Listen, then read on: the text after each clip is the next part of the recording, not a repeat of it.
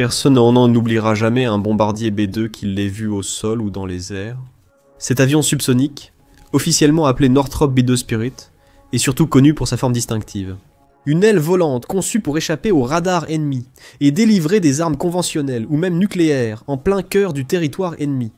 Ce bombardier furtif, en forme de chauve-souris, peut semer la terreur à chaque apparition dans le ciel, si vous parvenez même à le repérer. Cependant, les États-Unis retirent leur flotte de bombardiers B-2 piliers de leurs forces aériennes depuis les années 90, alors que le nouveau bombardier phare B-21 Raider est introduit. Les 19 B-2 en service seront progressivement retirés jusqu'à la fin des années 2030. La place du B-2 dans l'histoire est bien établie, mais son parcours n'est probablement pas fini. Un nouveau chapitre pourrait débuter grâce à la générosité des États-Unis. Permettez-moi de vous expliquer. Les États-Unis et l'Australie ont une forte relation militaire, forgée par un siècle de partenariat au combat. Les deux pays ont lutté ensemble dans tous les grands conflits depuis la Première Guerre mondiale, des tranchées du front ouest pendant la Grande Guerre, aux batailles navales cruciales de la Seconde Guerre mondiale, dans le Pacifique, jusqu'aux paysages glacés de la Corée, les jungles du Vietnam et les déserts du Moyen-Orient lors des guerres du Golfe et des campagnes en Afghanistan et en Irak. Ce partenariat est souvent nommé camaraderie, selon l'usage australien de mat, signifiant un ami. Les deux pays, partageant une langue et des valeurs démocratiques, semblent être des partenaires naturels avec des intérêts communs. Un siècle de coopération a également abouti à un degré remarquable d'interopérabilité entre leurs forces armées. La coopération militaire entre les deux nations est officiellement soutenue par le traité de sécurité Australie-Nouvelle-Zélande-États-Unis de 1951, appelé en abrégé Australie-Nouvelle-Zélande-États-Unis. Au-delà de ce traité, les deux pays entretiennent également une coopération pratique significative. Par exemple, l'accord sur la posture des forces États-Unis-Australie de 2014 a établi des rotations annuelles de Marines américains vers la base de Darwin en Australie et des rotations renforcées d'avions de l'États-Unis Air Force en Australie. Un approfondissement de l'intégration et de la préparation, impliquant non seulement les États-Unis et l'Australie, mais aussi 17 autres nations lors du plus grand exercice. L'exercice Talisman de Sabre est un exercice militaire biennal de grande envergure impliquant des dizaines de milliers de personnels des deux pays et d'autres partenaires internationaux, dont le Canada, les Fidji, la France, l'Allemagne, l'Inde, l'Indonésie, le Japon, les Pays-Bas, la Nouvelle-Zélande, la Norvège, la Papouasie-Nouvelle-Guinée, les Philippines, la République de Corée, Singapour, la Thaïlande, les Tonga et le Royaume-Uni. Ces exercices démontrent l'interopérabilité des forces de défense alliées, leur permettant de travailler ensemble de manière transparente face à diverses menaces de l'ordre sécuritaire potentielles. Ces traités, cette intégration et la position géographique de l'Australie en font un allié essentiel des États-Unis dans l'Indo-Pacifique. Située au carrefour entre l'océan Indien et l'océan Pacifique, la géographie stratégique de l'Australie offre aux États-Unis un levier crucial dans la région. La stratégie de défense australienne, visant une autonomie accrue dans son voisinage, est renforcée par un accès privilégié aux renseignements, à la science, à l'armement et au soutien logistique militaire américain. L'Australie donne la priorité à sa région, cherchant un terrain d'entente avec les pays voisins, surtout les petites nations insulaires du Pacifique, et défend un ordre international basé sur des règles. Traditionnellement concentrée sur le Pacifique, l'Australie a récemment adopté une politique active en se tournant vers l'ouest, vers l'océan Indien. Surtout compte tenu de la menace croissante de la Chine au nord, l'Australie a renforcé ses relations avec l'Inde et l'Indonésie grâce à des dialogues de haut niveau et à une coopération en matière de défense. Des initiatives comme l'Indo-Pacific Endeavour, une activité annuelle des forces de défense australiennes, incluent désormais l'engagement avec des pays du nord-est de l'océan Indien, tels que le Bangladesh, les Maldives et le Sri Lanka. Cela implique une coopération militaire, des entraînements conjoints et des efforts de renforcement des capacités, comme l'octroi de patrouilleurs aux Maldives et d'équipements de surveillance au Sri Lanka. Historiquement, la plupart des bases de défense australiennes étaient concentrées dans le sud-est, où vit la majorité de la population du pays. La stratégie « Regard vers l'ouest » implique des changements majeurs de positionnement. Les forces de défense australiennes améliorent les infrastructures dans les territoires de l'océan Indien, notamment en modernisant la piste de West Island, aux îles Cocos, pour accueillir les avions de surveillance P-8 Poseidon. L'expansion de la base navale Her Majesty's Australian Ship Sterling sur Garden Island, près de Perth en Australie occidentale, est un autre point clé. Cette base accueillera la Submarine Rotational Force West, dans le cadre de l'Australia United Kingdom United States, à partir de 2027, ainsi que les futurs sous-marins nucléaires australiens et sa flotte croissante de navires de combat. Cela fait de l'Australie occidentale un centre clé de projection pour l'Australie et ses alliés dans l'océan Indien. La Royal Australian Air Force, ou Royal Australian Air Force est une force de combat petite mais moderne et efficace, exploitant une flotte diversifiée d'appareils avancés. Son inventaire d'avions de combat comprend 72 chasseurs multirôles furtifs, Lockheed Martin F-35, A Lightning II et 24 avions de chasse, Boeing FA, 18F, Super Hornet. Pour l'alerte avancée aéroportée, le contrôle et la guerre électronique, la Royal Australian Air Force utilise 6 Boeing E-Sept à Wedgetail et 12 Boeing Electronic Attack, 18 J, Growler de guerre électronique. La patrouille maritime et la lutte anti-sous-marine sont assurées par 12 Boeing Penguin à Poseidon, avec d'autres appareils en commande. La Royal Australian Air Force exploite également divers avions de transport, de ravitaillement et d'entraînement, notamment des C-17 Globemaster, des C-130J Hercule et des Airbus KC-30A, ravitailleurs multirôles.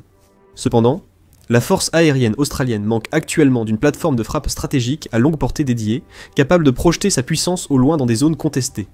Le bombardier furtif B-2 Spirit pourrait combler cette lacune. Conçu pour délivrer des armes conventionnelles et nucléaires en profondeur dans l'espace aérien ennemi fortement défendu sans être détecté. Les appareils sont produits par Northrop Grumman, avec des partenaires comme Boeing, Hughes Radar Systems Group, General Electric Aircraft Engine Group et Vought Aircraft Industries. Les bombardiers volent avec un équipage de 2 membres, le pilote à gauche et le commandant de mission à droite, un effectif nettement réduit comparé aux anciens bombardiers. Avec une envergure de 172 pieds et une longueur de 69 pieds, le B-2 possède une conception unique d'ailes volantes, sans stabilisateurs verticaux, ni fuselage distinct. Cela minimise la section radar de l'appareil en déviant l'énergie radar. Il est principalement construit en matériaux composites, renforcés de fibres de carbone et recouvert de matériaux absorbant les ondes radar. Il pèse 160 000 livres et plus du double au décollage, utilisant 17 300 livres de poussée par moteur. Sa technologie furtive repose en partie sur l'absence de post-combustion, qui générerait une forte signature infrarouge et compromettrait sa discrétion. Cela limite sa vitesse à un niveau subsonique élevé, avec un maximum d'environ 1010 km/h, mais étend son rayon d'action à environ 11 000 milles nautiques, soit 16 000 km. Avec un ravitaillement en vol, le B-2 transporte 18 000 kg de munitions dans 2 soutes internes, ce qui contribue à son profil furtif. Les armes nucléaires compatibles incluent les bombes tactiques B-61 et les bombes stratégiques B-83. L'acquisition de chasseurs B-2 par l'Australie pourrait dissuader la Chine, de plus en plus agressive dans l'Indo-Pacifique. En mer de Chine méridionale, la garde côtière chinoise a utilisé des tactiques de zone grise, percutant et arrosant des navires philippins dans des eaux disputées. Ces incidents se sont déroulés au sein de la zone économique exclusive des Philippines, révélant l'intention grandissante de la Chine d'exacerber les tensions liées à ses prétentions territoriales. L'Australie a aussi des intérêts en mer de Chine méridionale, près des 2/3 de son commerce maritime y passant. Pire encore, en février 2025, le groupe opérationnel 107 de la marine chinoise a mené des exercices de tir réels, inopinés en mer de Tasman, sous un couloir aérien très fréquenté entre l'Australie et la Nouvelle-Zélande. Ce groupe opérationnel naval, qui comprend un destroyer furtif, lance-missile, type 055, une frégate lance-missile, type 054, A, et un navire de ravitaillement, a longé la côte est de l'Australie pendant 10 jours avant de commencer les exercices. Cette démonstration de capacité en haute mer, loin des côtes chinoises, a largement été interprétée comme un avertissement. Elle visait à signaler clairement que les forces militaires chinoises pouvaient potentiellement couper à tout moment les liaisons aériennes et maritimes vitales vers l'Australie et la Nouvelle-Zélande. Plus tôt ce mois-ci, un pilote chinois a lancé des fusées éclairantes près d'un avion australien au-dessus de la mer de Chine méridionale, un acte jugé dangereux et non professionnel par l'Australie. Ces actions font partie d'un plan plus vaste de Pékin visant à normaliser sa présence militaire dans le Pacifique et à contester l'ordre stratégique en place. Mais la Chine ne cherche pas seulement à montrer une poigne de fer, elle essaie aussi d'afficher un gant de velours. La Chine a intensifié ses efforts diplomatiques, économiques et sécuritaires envers les nations insulaires du Pacifique, mélangeant engagement, incitation et accords subtils. L'Australie et ses alliés considèrent cela comme une stratégie délibérée visant à saper leurs relations de longue date et à remodeler l'ordre régional en faveur de Pékin. Ces dernières années, la Chine est devenue un important financeur d'infrastructures, surtout pour des projets routiers et portuaires, via son initiative, la ceinture et la route.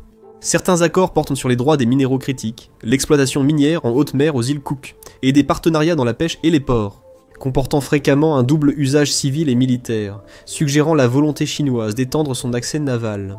Ils ont été encouragés par des partenaires occidentaux comme les États-Unis et la Nouvelle-Zélande, qui ont réduit leur financement dans ces régions. Le pacte de sécurité des îles Salomon de 2022 a été un moment charnière. L'avant-projet divulgué, puis l'accord de sécurité signé entre la Chine et les îles Salomon, ont provoqué une vive inquiétude à Canberra et à Washington. Le pacte permet à la police chinoise, à la police armée, au personnel militaire et à d'autres forces de l'ordre d'opérer dans les îles dans certaines circonstances. Il prévoit aussi que des navires de guerre chinois puissent faire escale dans les ports pour un soutien logistique. Cela a suscité des inquiétudes sur la possibilité d'une base militaire chinoise près de l'Australie, ce qui changerait radicalement l'équilibre stratégique. Au-delà des îles Salomon, la Chine a intensifié ses programmes de formation policière et fourni du matériel au Vanuatu, à Kiribati, à Samoa et à Fidji. Des actions similaires ont poussé Kiribati et les îles Salomon à reconnaître diplomatiquement Pékin plutôt que Taïwan en 2019, permettant des liens économiques et sécuritaires renforcés avec la Chine continentale. Ces démarches soulignent l'urgence pour l'Australie et ses alliés de renforcer leur capacité de dissuasion et leur réponse collective dans la région. Et une flotte de B2, opérant depuis une base dans le nord de l'Australie, représenterait une dissuasion stratégique d'une force sans précédent. Depuis l'Australie, le B2 furtif peut atteindre la plupart des cibles dans l'Indo-Pacifique en quelques heures. Cette menace forcerait Pékin à faire face à de multiples axes d'attaque potentiels, depuis les bases américaines au nord et à l'est, et les bases australiennes au sud. Cela rendrait toute action agressive beaucoup plus risquée et complexe pour la Chine. Cela forcerait aussi la Chine à réorienter d'importantes défenses aériennes et antimissiles vers ses flancs sud et sud-est, diminuant sa capacité à concentrer ses forces ailleurs. Cette approche correspondrait à la stratégie de défense nationale australienne de 2024, qui appelle à renforcer les capacités de frappe à longue portée. Exercer cette pression sur la Chine est crucial alors que la question de Taïwan perdure. Les responsables américains et alliés craignent de plus en plus que la Chine ne se prépare à envahir militairement Taïwan. Le secrétaire à la défense, Pete Hegseth, a averti que la Chine est une menace imminente et que dissuader Pékin est la priorité du Pentagone dans la région, pointant l'accumulation militaire historique de la Chine et ses exercices en vue d'envahir Taïwan.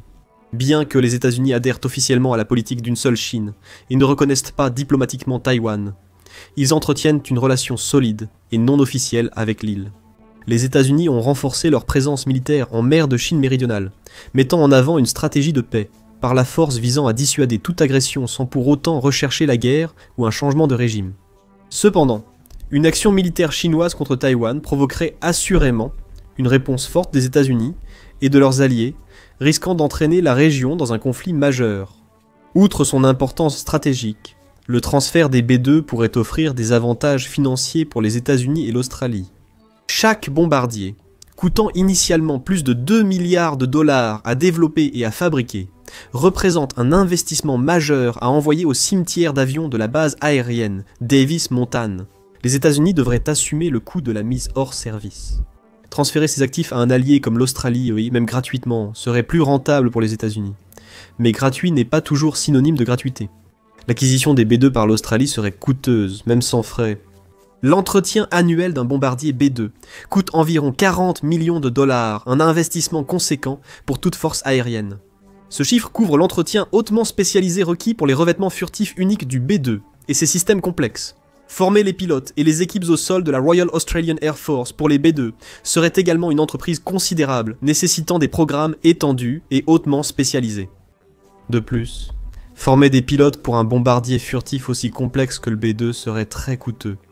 Cependant, cet investissement permettrait non seulement à l'Australie d'exploiter la flotte de B2, mais offrirait également des enseignements et des compétences inestimables qui seront essentielles pour les futures capacités de frappe de nouvelle génération.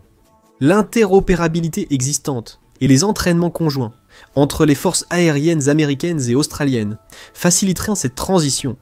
Les exercices aériens conjoints réguliers entre la Royal Australian Air Force et l'United States Air Force permettent à leur personnel de s'habituer à collaborer, partager des procédures et intégrer leurs moyens aériens.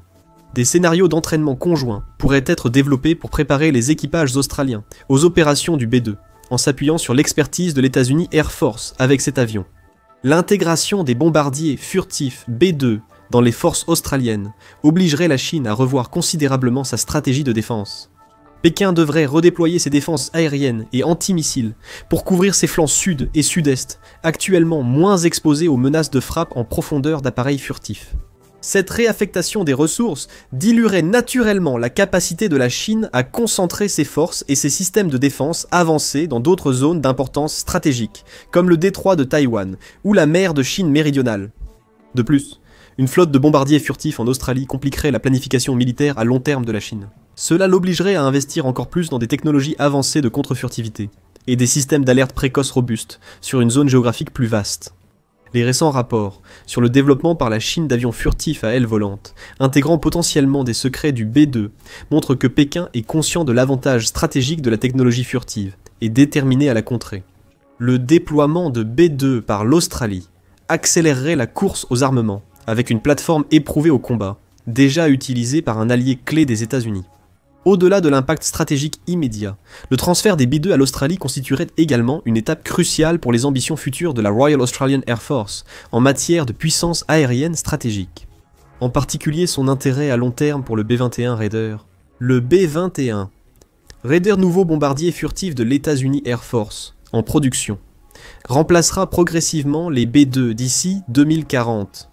Des experts australiens de la défense et des groupes de réflexion ont identifié le B-21 Raider comme une potentielle solution à long terme pour les besoins stratégiques de frappe de l'Australie, offrant une option plus rapide et plus flexible par rapport aux sous-marins nucléaires envisagés dans le cadre de l'accord Australia-United Kingdom-United States. Selon des rapports, l'Australie envisagerait d'accéder au B-21 et de collaborer avec les États-Unis, notamment en faisant opérer des B-21 en rotation depuis des bases militaires australiennes. En offrant les B2 à l'Australie, les États-Unis faciliteraient une courbe d'apprentissage précieuse pour la Royal Australian Air Force. L'exploitation et la maintenance des B2 très complexes donneraient au personnel de la force aérienne australienne une expérience directe dans la gestion et le déploiement de plateformes furtives avancées, développer la doctrine, la logistique et les ressources humaines nécessaires à ces capacités. Cette expérience serait directement transférable au B-21 Raider.